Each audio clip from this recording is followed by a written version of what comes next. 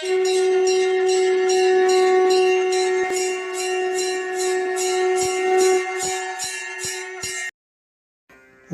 ஸ்ரீ குருப்யோ நமஹ. ஓம் கம் கணபதையே நமஹ. நம்ம ஸ்ரீநிகேதன் வலைதளம் வாயிலாக முருகப்பெருமான சாஸ்திரநாமத்திலிருந்து தினம் ஒரு நாமாவளி சிந்திச்சுருக்கோம். இன்றைய தினம் 294வது நாமாவளியாக ஓம் சவிச்சதாய நமஹ.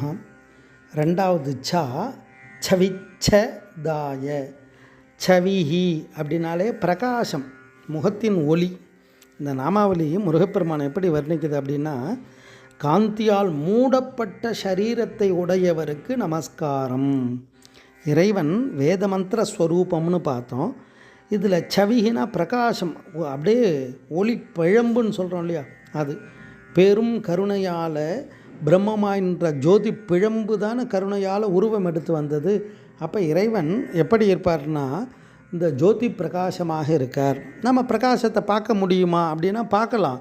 ஆனால் அந்த பிரகாசத்துக்குள்ளே இருக்கக்கூடிய வஸ்துவை பார்க்கணும் அப்படின்னா அதை தாண்டியான ஞானக்கண் வேணும். அதனால்தான் அர்ஜுனனுக்கு கிருஷ்ண பரமாத்மாவை பார்க்க முடியல, அப்படி விஸ்வரூப தரிசனத்தும் போது. அதே மாதிரி சூரபத்மனுக்கும் முருகனுடைய அந்த விஸ்வரூப தரிசனம் பார்க்க முடியல, ஞானக்கண் கொடுத்து பார்க்க வைக்கிறார். அப்போ தான் ஞானமானது பிரகாசிக்குது அவனுக்கு.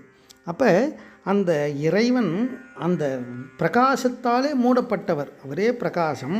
அப்போ அந்த பிரகாசத்தில் மூடி இருக்கக்கூடிய அந்த வஸ்து எப்படி இருக்கும் அப்படின்னா அதை விட மிகப்பெரிய பிரகாசமாக இருக்கும். அப்போ அவரை பார்க்கணும் அப்படின்னா அவருடைய அருள். அதனால தான் அவன் அருளாலே அவன் தாள் வணங்கி அப்படின்னு அடியார்கள் எல்லாம் நமக்கு வாக்கு கொடுத்துருக்கா. அப்போ இறைவனுடைய அருள் இருந்தால்தான் அந்த ஜோதி பிழம்பனுடைய தரிசனம், தத்துவம் இதெல்லாம் விளங்கும். அதாவது அந்த நாமாவளி அந்த காந்தியாலே மூடப்பட்டிருக்கான் அவருடைய சரீரம். வேத மந்திரம் அவருடைய எழுத்து வடிவமாக இருக்கார். வித்யாதேகம்னு பேர் இறைவனுக்கு. கற்பனை கடந்த ஜோதி, கருணையே உருவமாகி கருணையால் உருவம் எடுக்கிறார். அப்போ அந்த உருவத்தை நான் பார்க்கணும் அப்படின்னா அவருக்கு உடம்பு காந்தியால் மூடி இருக்கான். அப்போ அந்த பிரகாசத்தை தாண்டி பார்க்கக்கூடிய பார்வை இருந்தால்தான் சுவாமியினுடைய தரிசனம் பெற முடியும்.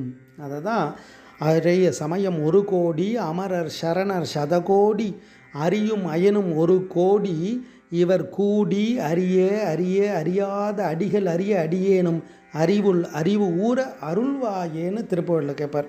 அப்படி அந்த இறைவனுடைய அந்த சரீர தரிசனத்தை பார்க்கணும்னா நமக்கு எது தேவைன்னா ஞான பிரகாசம். அப்பேற்பட்ட இறைவனுடைய தன்மை எப்படி இருக்கும்னா அந்த காந்தியால் மூடப்பட்ட சரீரமாக இருக்குது அப்படின்றது இந்த நாமாவளி தத்துவார்த்தமாக வர்ணிக்கிறது. ஓம் சவிச்சதாய நமஹ. ஸ்ரீ குருப்யோ நமஹ.